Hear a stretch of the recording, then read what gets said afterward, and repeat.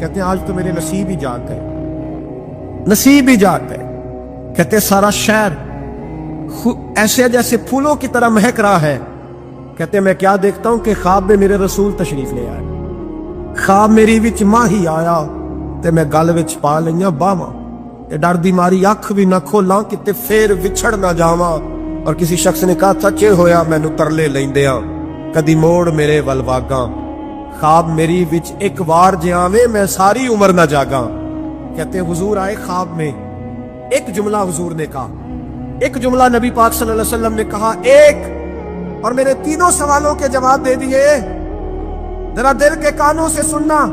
کہتے ہیں محبوب فرمانے لگے او سبکتگین کے بیٹے، تو نے آج میرے ایک وارث کی خدمت کی ہے، میں قیامت کے دن تیری سفارش کروں گا۔ کہتے ہیں مجھے سمجھ آ گئی کہ میں سبکتگین کا بیٹا ہوں، مجھے سمجھ آ گئی کہ قیامت قائم ہوگی، مجھے سمجھ آ گئی کہ علماء نبیوں کے وارث ہیں۔